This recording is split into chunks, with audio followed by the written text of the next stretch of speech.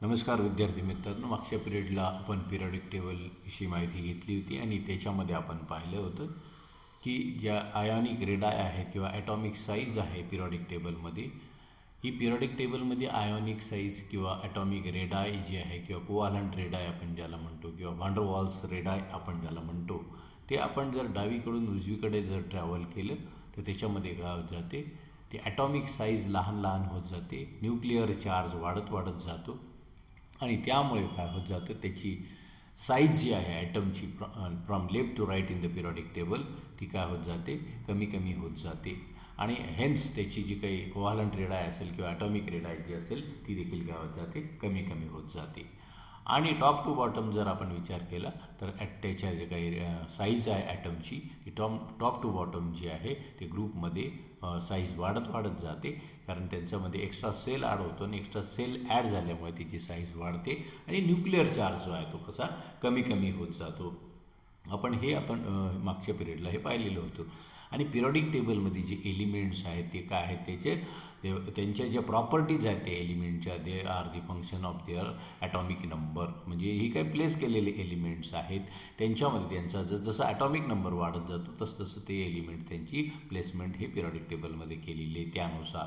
आणि त्यानंतर ग्रुपमध्ये जे एलिमेंट आपण ठेवलेले आहेत त्या ग्रुपमध्ये एलिमेंट्समध्ये काय असतं की त्यांच्या प्रॉपर्टीज जवळपास काही यासारख्या असतात, असे एलिमेंट एका ग्रुपमध्ये त्यांनी प्लेस केलेले आहेत आणि त्यानुसार the elements are get divided into the 4 groups. त्याचं 4 ग्रुपमध्ये मग डिव्हिजन झालं आहे. S block element, P block element, D block element and F block element. हे मागच्या वेळेला आपण पाहिलेलं होतं. आता आपण ह्या पिरियडला आपण बघणार आहोत त्याच्यामधलं आयोनायझेशन एनर्जी. तर हे काय असते आयोनायझेशन एनर्जी? तर आयोनायझेशन एनर्जी म्हणजे जर आपण एखादा ॲटम जर आपण घेतला, त्या ॲटममधनं जर आपण इलेक्ट्रॉन बाहेर काढला तर तो ॲटमचा जो काही कटायन तयार होईल, म्हणजे त्याचा आयन तयार होईल, whether it may be cation. Electron जर बाहेर काढला त्याचं कटायन तयार होईल. म्हणजे एखाद्या एलिमेंटमधनं जर आपण इलेक्ट्रॉन बाहेर काढला तर त्याचा कटायन तयार होतो आणि तो इलेक्ट्रॉन बाहेर काढण्यासाठी जी एनर्जी लागते ती एनर्जी त्या ॲटमला प्रोव्हाइड करावी लागते. त्या एनर्जीला आपण म्हणतो आयोनायझेशन एनर्जी. म्हणजेच आता आपण पाहणार आहोत याच्यामध्ये आयोनायझेशन एनर्जी कशा प्रकारे पाहिली जाते. तर मेटल जो असतो, एनी मेटल असेल इन गॅसियस फॉर्म किंवा ॲटम असेल, तो गॅसियस फॉर्ममधला ॲटम जो असेल त्याच्यामधनं काय करतो आपण, त्या मेटलमधनं एक इलेक्ट्रॉन समजा आपण बाहेर काढला, म्हणजे हा एलिमेंट आहे M is the any element. Generally मेटल्समधनं आपण हे करत असतो.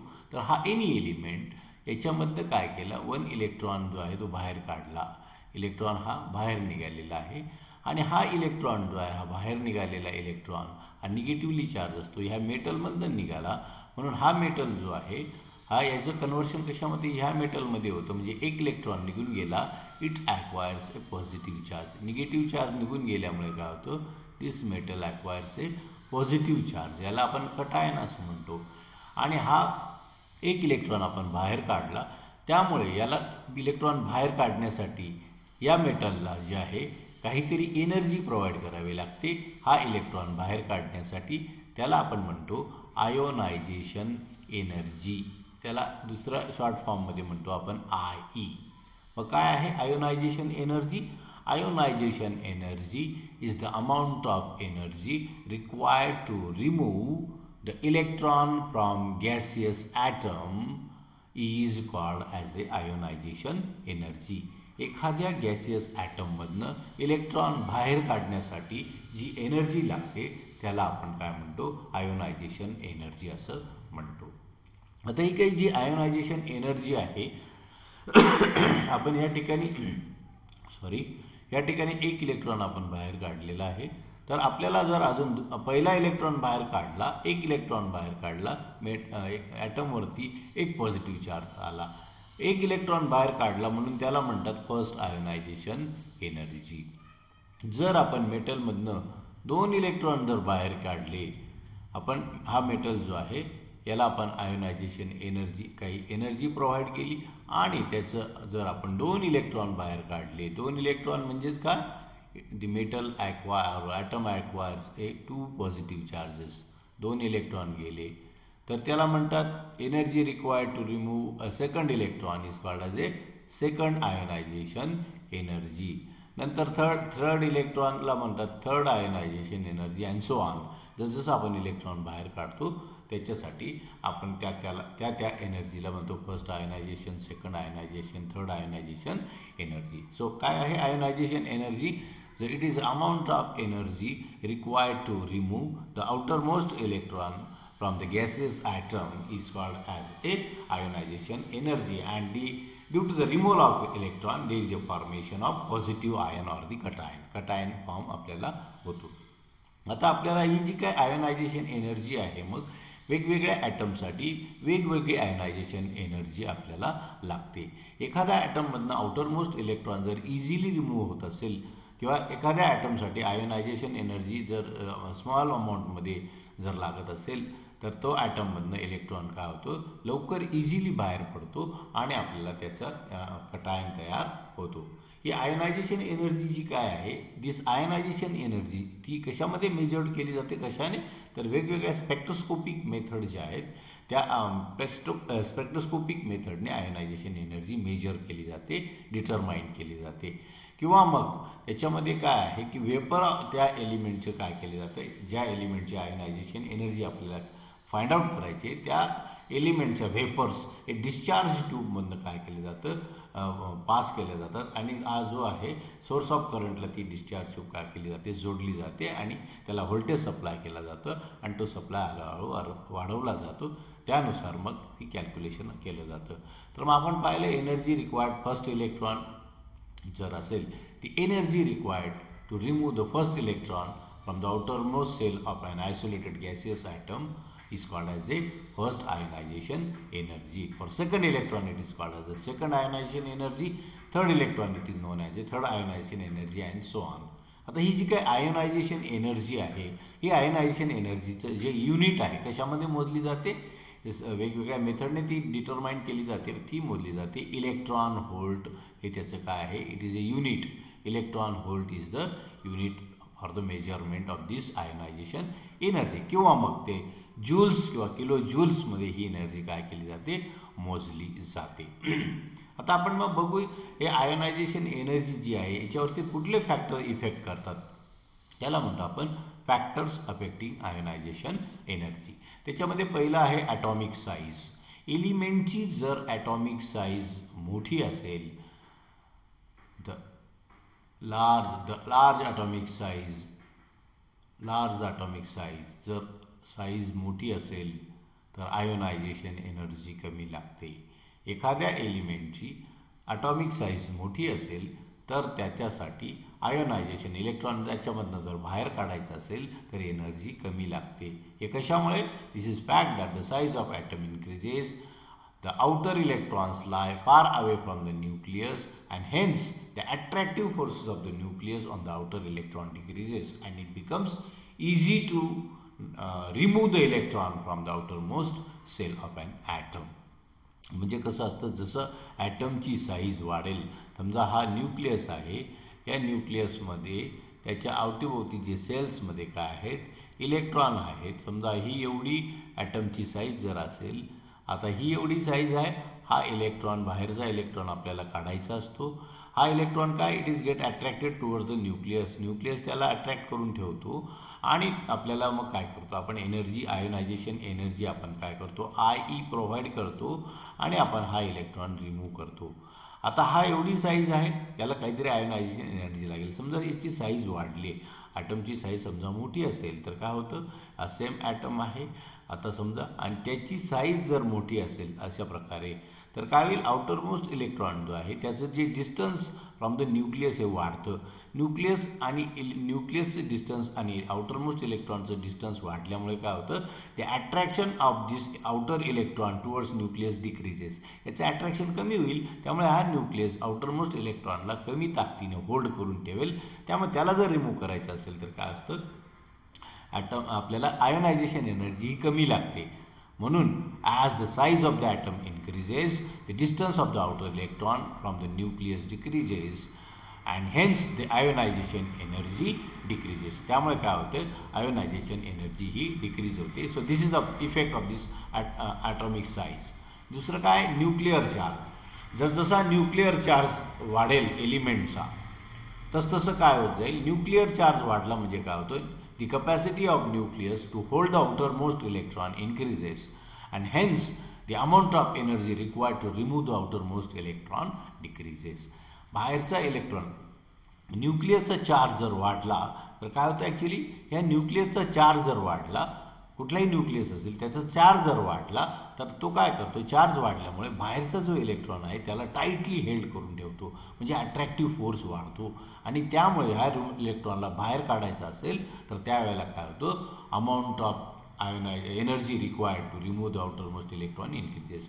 बाहेरचा इलेक्ट्रॉन काढण्यासाठी लागणारी एनर्जी जी आहे दॅट एनर्जी इन्क्रीजेस. म्हणजे as the nuclear charge increases, ionization energy increases.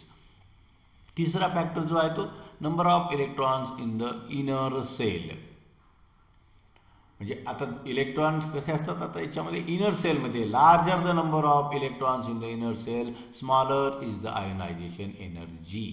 The electron in the inner cell acts as a screen or shield between the nucleus and the electron in the outermost cell. This is known as a screening effect. त्याला दुसऱ्या भाषेमध्ये काय म्हणतात, screening effect देखील म्हणतात. म्हणजे number of electron जर inner सेलमध्ये जास्त असतील तर ते इनर सेलचे इलेक्ट्रॉन आउटर सेलच्या इलेक्ट्रॉनला सील्ड म्हणून किंवा स्क्रीन म्हणून ॲक्ट होतात आणि त्यामुळे आउटरमोस्ट इलेक्ट्रॉनचं जे न्यूक्लियसचं अट्रॅक्शन आहे ते कमी होतं आणि इलेक्ट्रॉन हा इझिली रिमूव्ह केला जातो, म्हणजेच आयोनायझेशन एनर्जी कमी लागते. The larger electrons in inner cell, greater is the screening effect and the valence electron experiences late attraction towards a nucleus. आपण हे समजून घ्या. म्हणजे कसं आहे नेमकं, आता बघा इथं आपण ॲटम ड्रॉ करू. आता समजा हा एक ॲटम आहे, इथे या ॲटमचा हा के सेलमध्ये इलेक्ट्रॉन आहेत, के एल एम एन या सेलमध्ये इलेक्ट्रॉन आहेत. आता काय इथं इलेक्ट्रॉन असतात, इनर सेलमध्ये पण काय असतात, इलेक्ट्रॉन्स असतात. इथं हे इलेक्ट्रॉन आणि ते इलेक्ट्रॉन जे आहेत ते मुवमेंटमध्ये असतात. Electrons around the nucleus are always in random motion. Electron एका जागी, इथं जर इलेक्ट्रॉन जास्त असतील समजा आता अशा प्रकारे, तर आउटरमोस्ट इलेक्ट्रॉन आपल्याला जर रिमूव्ह करायचा असेल, हा इलेक्ट्रॉन आता बाहेरचा इलेक्ट्रॉन आहे समजा आउटरमोस्ट सेलमध्ये, हा इलेक्ट्रॉन रिमूव्ह करायचा असेल आणि आतल्या सेलमध्ये जर जास्त इलेक्ट्रॉन जर असतील, आता इथे बघा हे इलेक्ट्रॉन, हे जास्त इलेक्ट्रॉन असतील तर काय होईल, हा इलेक्ट्रॉन जो आहे हे मोशनमध्ये असतात. मग कधी कधी काय होतात, हे इलेक्ट्रॉन एकमेकांच्या आड येतात. हा इलेक्ट्रॉन समजा इथं आहे, म्हणजेच हा इलेक्ट्रॉनचं अट्रॅक्शन या आउटर इलेक्ट्रॉन बरोबर असतं, पण मध्येच जर हे इनर सेलचे इलेक्ट्रॉन आडवे आले, हे म्हणजे शिल्ड म्हणून किंवा स्क्रीन म्हणून आडवे आले, तर याचं काय होतं, आउटरमोस्ट इलेक्ट्रॉन जो आहे याचं अट्रॅक्शन कमी होतं, कारण मध्ये आडवे हे इलेक्ट्रॉन येतात यांना, आणि त्यामुळे आउटरमोस्ट इलेक्ट्रॉन जे आहे त्याचं काय होतं, अट्रॅक्शन कमी होतं न्यूक्लियसबरोबर, आणि न्यूक्लियसबरोबर अट्रॅक्शन कमी झालं तर बाहेरचा इलेक्ट्रॉनचं जो टाईटली हेल्ड होता तो लूज होतो आणि तो इलेक्ट्रॉन इझिली रिमूव्ह केला जातो. याला म्हणतात शिल्डिंग इफेक्ट म्हणतात किंवा स्क्रीनिंग इफेक्ट देखील त्याला म्हणतात. म्हणजे हे इनर सेल इलेक्ट्रॉन जे आहेत, ते inner sale electron shields outer electrons, and that's why the attraction of outer electron towards the nucleus decreases, and that's why the energy required to remove this outer electron decreases, and that is why the ionization energy decreases. त्यामुळे काय होते, मग ionisation energy ही decrease होते. अशा प्रकारे हा तिसरा इफेक्ट आहे. चौथा जो इलेक्ट्रॉन आहे, the effect of removal of S P D and F electrons from the same energy. आपण वेगवेगळ्या ऑर्बिटलमधनं इलेक्ट्रॉन जे आहे एलिमेंट्समध्ये असतात, एस ऑर्बिटलमध्ये असतो, पी ऑर्बिटलमध्ये असतो, डी ऑर्बिटलमध्ये असतो, एफ ऑर्बिटलमध्ये आउटर इलेक्ट्रॉन असतो. त्यावेळेला आपल्याला काय आहे, एस इलेक्ट्रॉन जो आहे आपल्याला त्याच्यातनं जर आपल्याला जर इलेक्ट्रॉन बाहेर काढायचं असेल ॲटममधल्या एस ऑर्बिटलमधला इलेक्ट्रॉन, तर त्यावेळेला जास्त एनर्जी आपल्याला लागते. त्याच्यानंतर आपल्याला पी ऑर्बिटलमध्ये लागते, नंतर डी, नंतर एफ. म्हणजे ही ऑर्डर आहे. एस ऑर्बिटलमध्ये इलेक्ट्रॉन असेल तर ग्रेटर एनर्जी लागते, पी ऑर्बिटलमध्ये असतील तर ते काय असतं, कारण काय इलेक्ट्रॉन जे आहे त्यांच्यामध्ये टाईटली हेल्ड असतात एस ऑर्बिटलचे इलेक्ट्रॉन, कारण त्यांचं डिस्टन्स हे कमी असते न्यूक्लियसपासूनचं, आणि त्यामुळे एनर्जी जास्त लागते आणि ओव्हरलॅपिंग एस ऑर्बिटलचं देखील स्ट्रॉंग असल्यामुळे बॉन्ड जे असतात ते इलेक्ट्रॉन टाईटली हेल्ड असतात. अशा प्रकारे मग पी ऑर्बिटलमध्ये नंतर डी आणि नंतर एफ ऑर्बिटलचा इलेक्ट्रॉन काढायचा असेल तर एनर्जी आपल्याला कमी लागते. So this is the effect of this different orbitals towards the ionization energy. आणि लास्ट फॅक्टर जो आहे त्याचा आहे that is the electronic configuration. Electronic configuration काय आहे? मग एखाद्या ॲटमचं इलेक्ट्रॉनिक कन्फिगरेशन जे आहे आपल्याला माहिती आहे, काही इलेक्ट्रॉनचे आउटरमोस्ट ऑर्बिटल कम्प्लिटली भरलेले असतात, काही इलेक्ट्रॉन्स काही ॲटमचे हाफ फिल्ड असतात आणि काही ॲटमचे इलेक्ट्रॉनिक आउटरमोस्ट ऑर्बिटल हे एम्प्टी असतात किंवा त्याच्यात कमी इलेक्ट्रॉन असतात. त्यानुसार त्याचं काय आहे त्यांना बाहेर काढण्यासाठी जी एनर्जी डिपेंडंट असते. आता atom has fully filled or exactly half filled orbital जर असेल तर त्याची आयोनायझेशन एनर्जी काय असते ही जास्त असते than the expected than normally जेवढी एनर्जी पाहिजे त्याच्यापेक्षा काय असते जास्त असते. For example beryllium and nitrogen in second period and magnesium and phosphorus in third period have slightly higher ionization energies than would be expected. ही जी ॲटम आहेत बेरिलियम किंवा नायट्रोजन आहे किंवा मॅग्नेशियम किंवा फॉस्फरस आहे यांच्यासाठी आयोनायझेशन एनर्जी जेवढी पाहिजे त्याच्यापेक्षा जास्त लागते. त्याचं काय तर कारण दे आर एक्स्ट्रा स्टॅबिलिटी आहे त्यांच्यामध्ये due to the fully completely filled s orbital in beryllium and magnesium that of the exactly half filled p orbital of nitrogen and the phosphorus. Periodic टेबलमध्ये आपण वाटल्यास बघू आपल्याला ते जास्त लक्ष येतील. आपल्याला दोन जे एलिमेंट आहेत बेरिलियम आणि नायट्रोजन, फॉस्फरस जो आहे त्याच्यातला आउटरमोस्ट ऑर्बिटल बेरिलियम आणि मॅग्नेशियम, फॉस्फरस आणि नायट्रोजन हे दोन एलिमेंट्स आपण आता बघणार आहोत पिरियडिक टेबलमध्ये. बघा आपल्याला पिरियडिक टेबलमध्ये बेरिलियम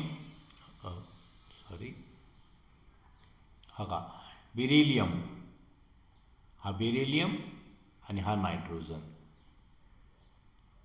बेरिलियम नायट्रोजन. सेकंडमध्ये मॅग्नेशियम आणि फॉस्फरस यांच्यासाठी आयोनायझेशन एनर्जी आपल्याला कशी लागते ही थोडीशी जेवढी पाहिजे त्याच्यापेक्षा जास्त लागते. का आपण बघू. हा बेरिलियम ॲटम आहे, याच्यामध्ये 4 इलेक्ट्रॉन आहेत. बेरिलियम ॲटममध्ये 4 एक एलिमेंट आपण कन्सिडर करू म्हणजे आपल्याला लक्षात येईल का ती आयोनायझेशन एनर्जी जास्त लागते. आता आपण पाहिलं in beryllium there are 4 electrons आणि 4 इलेक्ट्रॉनचं जर इलेक्ट्रॉनिक कन्फिगरेशन आपण पाहिलं 1s2 आणि 2s2.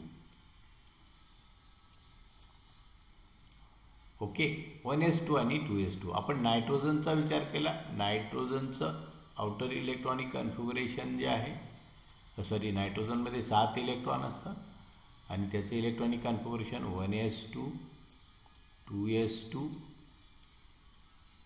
आणि 2p3. यांच्यामध्ये कसं आहे 2p3 हे त्याचं इलेक्ट्रॉनिक कन्फिगरेशन आपल्याला असतं. आता आपण जर पाहिलं बेरिलियम जो आहे आउटरमोस्ट ऑर्बिटल एस ऑर्बिटल आहे आणि एस ऑर्बिटल आणि त्याचं 2p ऑर्बिटलमध्ये इलेक्ट्रॉनच नाही आहेत कारण ते आपण त्यामुळे इलेक्ट्रॉनिक कन्फिगरेशनमध्ये दाखवलेलं नाही. इथं 2p ऑर्बिटल पण त्याच्यात असतं पण हे एम्प्टी आहे. पण हे आहे एस ऑर्बिटल आणि त्याच्यामध्ये काय आहेत 2 इलेक्ट्रॉन आहेत आणि 2 इलेक्ट्रॉन एस ऑर्बिटलची कपॅसिटी 2च इलेक्ट्रॉनची आहेत म्हणजे ते कम्प्लिटली भरलेलं असल्यामुळे काय आहे तर मॉलिक्यूलमध्ये जर कम्प्लिटली भरलेला ऑर्बिटल असेल तर त्याच्यामध्ये काय असते त्याला असे इलेक्ट्रॉन जे आहेत बाहेरचे इलेक्ट्रॉन बाहेर काढायचे असेल तर एनर्जी जास्त लागते. किंवा मग नायट्रोजनमध्ये देखील आहे 2s ऑर्बिटल तर पूर्ण भरलेलंच आहे त्याच्यामध्ये 2 इलेक्ट्रॉन आहेत. हे 2s ऑर्बिटल आहे. 1s ऑर्बिटल आपण काढत नाही फक्त 2s ऑर्बिटल आहे कारण आउटरमोस्ट ऑर्बिटल आपण काढतोय. आउटरमोस्ट ऑर्बिटल पुन्हा 2s आणि 2p मध्ये देखील काय आहेत 3 इलेक्ट्रॉन आहेत. अशा प्रकारे ते 3 इलेक्ट्रॉन अनपेड इलेक्ट्रॉन. आता हे काय याला हाफ फील्ड ऑर्बिटल असं म्हणतात. हे ऑर्बिटल जे आहे ते हाफ फील्ड आहे. हाफ फील्ड ऑर्बिटल असेल किंवा कम्प्लिटली फील्ड ऑर्बिटल असेल तर त्या एलिमेंटची ती स्टॅबिलिटी जास्त असते आणि त्या स्टॅबिलिटी जास्त असेल तर असे इलेक्ट्रॉन बाहेर काढणं काय असतं कठीण असतं. That requires a large amount of energy than the expected. त्याच्यासाठी लागणारी एनर्जी अपेक्षित एनर्जीपेक्षा जास्त असते. तसंच आपल्याला एक्झाम्पल जे आहे ते मॅग्नेशियमचं पण आपल्याला बघता येईल ज्याच्यामध्ये 12 इलेक्ट्रॉन आहेत किंवा फॉस्फरसचं पण आपल्याला बघता येईल, ज्याच्यामध्ये 15 इलेक्ट्रॉन. आपण फक्त मॅग्नेशियमचं पाहू. मॅग्नेशियममध्ये 12 इलेक्ट्रॉन आहेत, म्हणजेच मॅग्नेशियमचं electronic configuration 1s2 2s2 2p6 आणि 3s2. आता हे आउटर मोस्ट एस ऑर्बिटल जे आहे 2 इलेक्ट्रॉन्स आहेत. 2 इलेक्ट्रॉन असले तर अशा प्रकारे ते पूर्ण भरलेलं असल्यामुळे त्याच्यातलं इलेक्ट्रॉन काढायचं असेल तर एनर्जी जास्त लागते. So this is the effect of electronic configuration. Electronic कॉन्फिगरेशनमध्ये हाफ फील्ड ऑर्बिटल असेल किंवा कम्प्लिटली फील्ड ऑर्बिटल असेल तर त्या अशा एलिमेंटमधनं इलेक्ट्रॉन रिमूव्ह करण्यासाठी आयोनायझेशन एनर्जी आपल्याला जास्त लागते. आपण मग नंतर पुन्हा पिरियॉडिक टेबलमध्ये जर पाहिलं, helium, neon, argon, krypton, xenon, radon हे जे काय एलिमेंट्स आहेत they required highest amount of energy सगळ्या पिरियॉडिक टेबलमध्ये. कारण काय, त्यांचं इलेक्ट्रॉनिक कॉन्फिगरेशन आहे NS2 NP6, म्हणजे बाहेरचं ऑर्बिटल कम्प्लिटली भरलेलं असल्यामुळे त्यांना आपण हे बघा नोबेल गॅसेस पण आपण त्यांना असं पण म्हणतो. किंवा हे जे काही एलिमेंट्स आहेत, आता इथं जर पाहिलं तर त्यांचं इलेक्ट्रॉनिक कॉन्फिगरेशन आहे NS2 NP6, म्हणजे त्यांचं आउटरमोस्ट ऑर्बिटल जे आहे ते कम्प्लिटली भरलेलं असतं. आणि कम्प्लिटली भरलेलं असल्यामुळे त्यांना इलेक्ट्रॉन देण्यासाठी काढण्यासाठी एनर्जी प्रचंड किंवा एनर्जी लागते, किंवा it is impossible to provide that much amount of energy easily. And that's why whatever the ionization energy required to remove the outermost electron is the greater energy. किंवा त्यांची सगळ्यात जास्त पिरियॉडिक टेबलमध्ये इतर एलिमेंटपेक्षा या एलिमेंटची सगळ्यात जास्त काय, मग त्यांना आयोनायझेशन एनर्जी लागते, कारण त्यांचं आउटरमोस्ट ऑर्बिटल जे आहे ते कम्प्लिटली भरलेलं आहे. जसं इथं दिलेलं आहे बघा, हेलियममध्ये 2 इलेक्ट्रॉन असतात. हेलियममध्ये 2 इलेक्ट्रॉन असतील तर ते काय, हेलियमचं इलेक्ट्रॉनिक कॉन्फिगरेशन 1s2, म्हणजे एकच ऑर्बिटल आहे एस ऑर्बिटल, आणि ते देखील पूर्ण भरलेलं आहे. पूर्ण भरलेलं ऑर्बिटल जर असेल तर इलेक्ट्रॉन रिमूव्ह करणं काय असतं, कठीण असतं. That's why all the noble gases are having greater ionization energy in the periodic table as their octet is complete. Octet त्यांची कंप्लीट असल्यामुळे.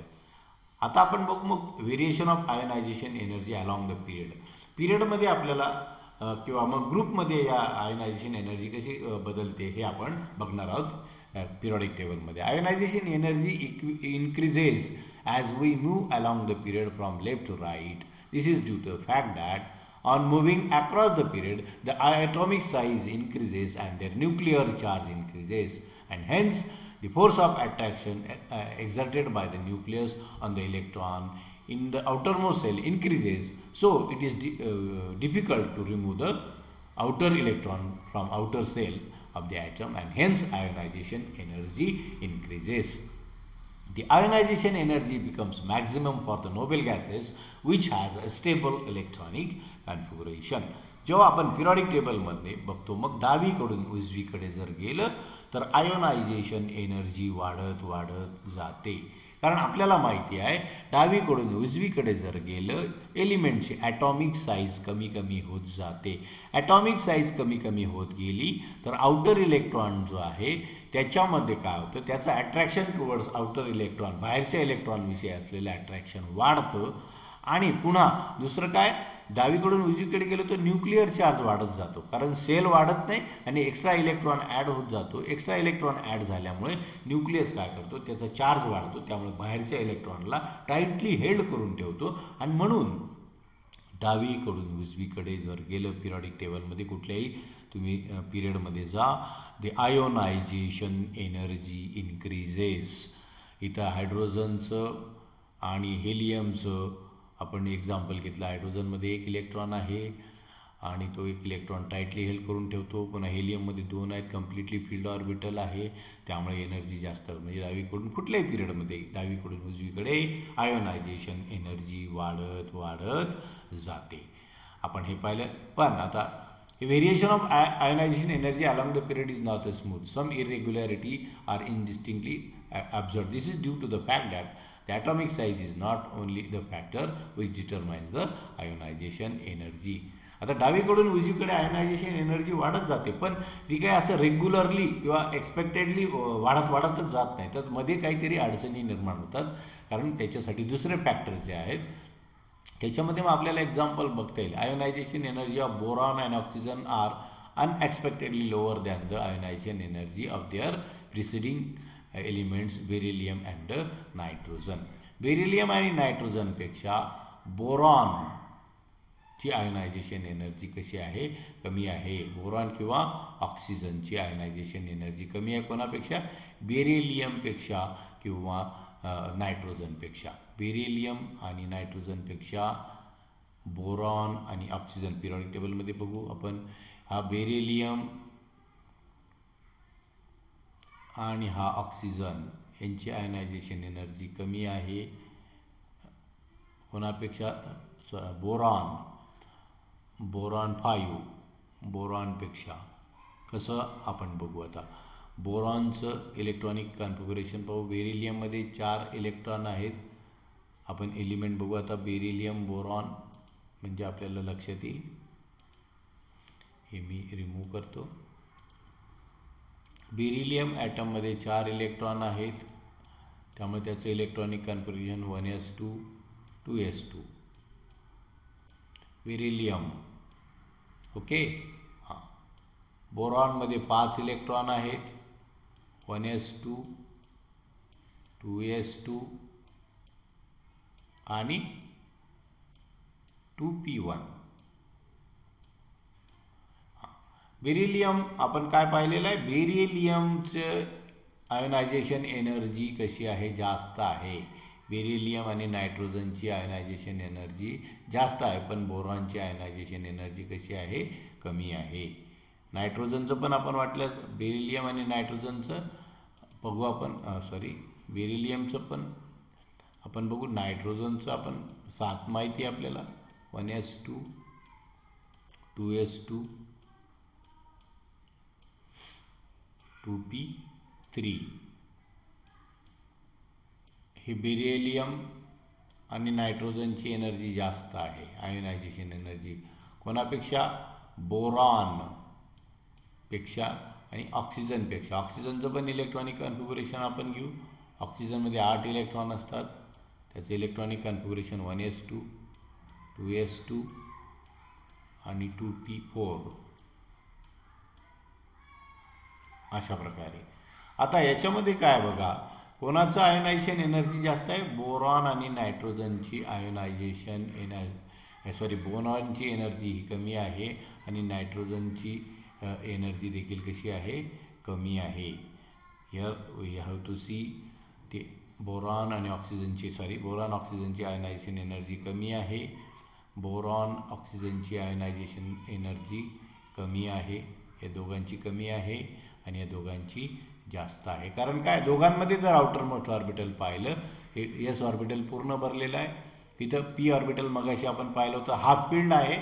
हाफ फिल्ड ऑर्बिटल असेल, पूर्ण भरलेलं असेल तर स्टॅबिलिटी जास्त असते, आणि स्टॅबिलिटी जास्त असली तर इलेक्ट्रॉन रिमूव्ह करणं कठीण असतं. त्यामुळे बघा याच्यामध्ये यांची आयोनायझेशन एनर्जी जास्त आहे. पण यांच्यामध्ये जर पाहिलं पी ऑर्बिटलमध्ये एकच इलेक्ट्रॉन आहे, त्यामुळे ते काय आहे? त्याला स्टॅबिलिटी जर आतल्या एस ऑर्बिटलमध्ये 2 इलेक्ट्रॉन आहेत. आतल्या एस ऑर्बिटलमध्ये 2 इलेक्ट्रॉन आहेत आणि पी ऑर्बिटलमध्ये फक्त एकच इलेक्ट्रॉन आहे. हा एकच इलेक्ट्रॉन आहे. एस ऑर्बिटल पूर्ण भरलेला आहे, पीमध्ये एकच इलेक्ट्रॉन आहे. मग याला जर स्टॅबिलिटी मिळवायची असेल, म्हणजे एस ऑर्बिटलमध्ये पूर्ण भरलेला आहे, म्हणून हा इलेक्ट्रॉन काय करतो? इझिली डोनेट करून देऊन टाकतो. याचाच अर्थ काय? त्या इलेक्ट्रॉनला बाहेर काढण्यासाठी कमी एनर्जी लागते. तो इलेक्ट्रॉन निघाल्यामुळे काय होतं? त्याचा जो काही आयन तयार होईल तो जास्त स्टेबल असतो. म्हणजे त्याचं, कारण त्याचं 2s ऑर्बिटल हे पूर्ण भरलेला ऑर्बिटल त्याला मिळतो.